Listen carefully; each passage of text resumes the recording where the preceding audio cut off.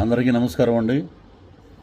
ఉదయం నుంచి పృథ్వీరాజ్ అరెస్టు, పృథ్వీరాజ్ని కోర్టులో లొంగిపోమన్నారు, పృథ్వీరాజ్ని తీసుకెళ్ళి ప్రశ్నిస్తున్నారు. పృథ్వీరాజ్ అలాంటోడు, పృథ్వీరాజ్ ఎలాంటోడు అంటున్నారు. అందరికీ ఒక విషయం చెప్పాలి.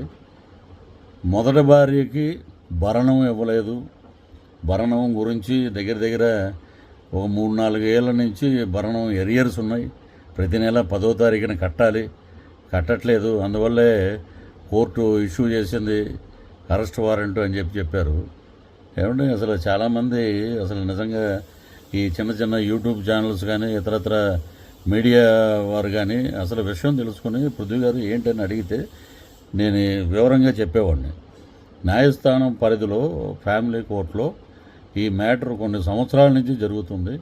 సో దానికి సంబంధించి వారు ఒక అమౌంట్ చెప్పారు. ప్రతి నెల amount till up to date ఇప్పటి వరకు ప్రతి నెల హైకోర్టులోకి వెళ్ళిపోతూనే ఉంది అకౌంట్లోకి.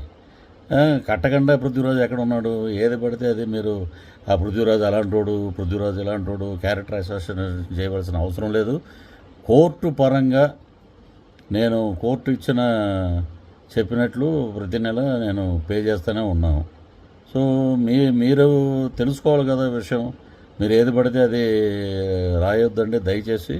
నేనేంటంటే మా హైకోర్టుకు సంబంధించిన లాయర్స్ని కూడా కనుక్కున్నాను.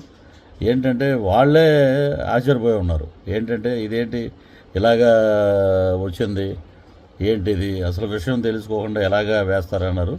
నేను చట్టపరంగా ఏదైతే యూట్యూబ్ ఛానల్స్ ఎక్కడైతే నా గురించి ఎవరైతే ప్రస్తావించారో వారందరి మీద చట్టపరమైన చర్యలు తీసుకుంటున్నాం కూడా. మా లాయర్లతో సంప్రదిస్తున్నాం. తీవ్రంగా ఉంటుంది పరిణామం. మీరు ఎలాంటివి వేసేటప్పుడు అడగండి. కోర్టులో ఉంది కుటుంబ వ్యవహారం, దాన్ని కూడా బజారుకి ఇచ్చేస్తారా? అక్కడ కట్టవలసిన భరణం ఎంత ఉంది, దానికి ప్రతి నెల ఎంత కట్టాలి అనే కోర్టులు కూడా మీరేనా? దీన్ని బట్టి ఒక మనిషిని ఎలా పడితే అలాగా క్యారెక్టర్ అసోసియేషన్ చేయకండి. క్యారెక్టర్ను దిగజార్చే ప్రయత్నం మానుకోండి. కాబట్టి నేను మాట్లాడేది ఒకటే, న్యాయపరంగా కోర్టు ఏదైతే చెప్పిందో దాని ద్వారా నేను కడతానే వెళ్తున్నాను. టిల్ ఈరోజు జూన్ వరకు జరుగుతూనే ఉంది. కాబట్టి మీరు నిజాలు తెలుసుకొని మాట్లాడండి. నేను ఇంతకు మించి ఇంకెక్కువ ఏం మాట్లాడను.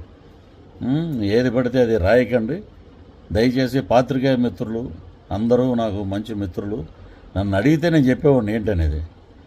కాబట్టి మీ అందరికీ మరొకసారి నమస్కారాలు తెలియజేస్తూ, కోర్టు పరంగా అన్నీ జరుగుతున్నాయి కాబట్టి లేటెస్ట్ నేను ఎవరి మీద చర్యలు తీసుకోవాలో మా లాయర్లతో మాట్లాడి వారి పేర్లన్నీ నేను వివరిస్తాను. Thank you.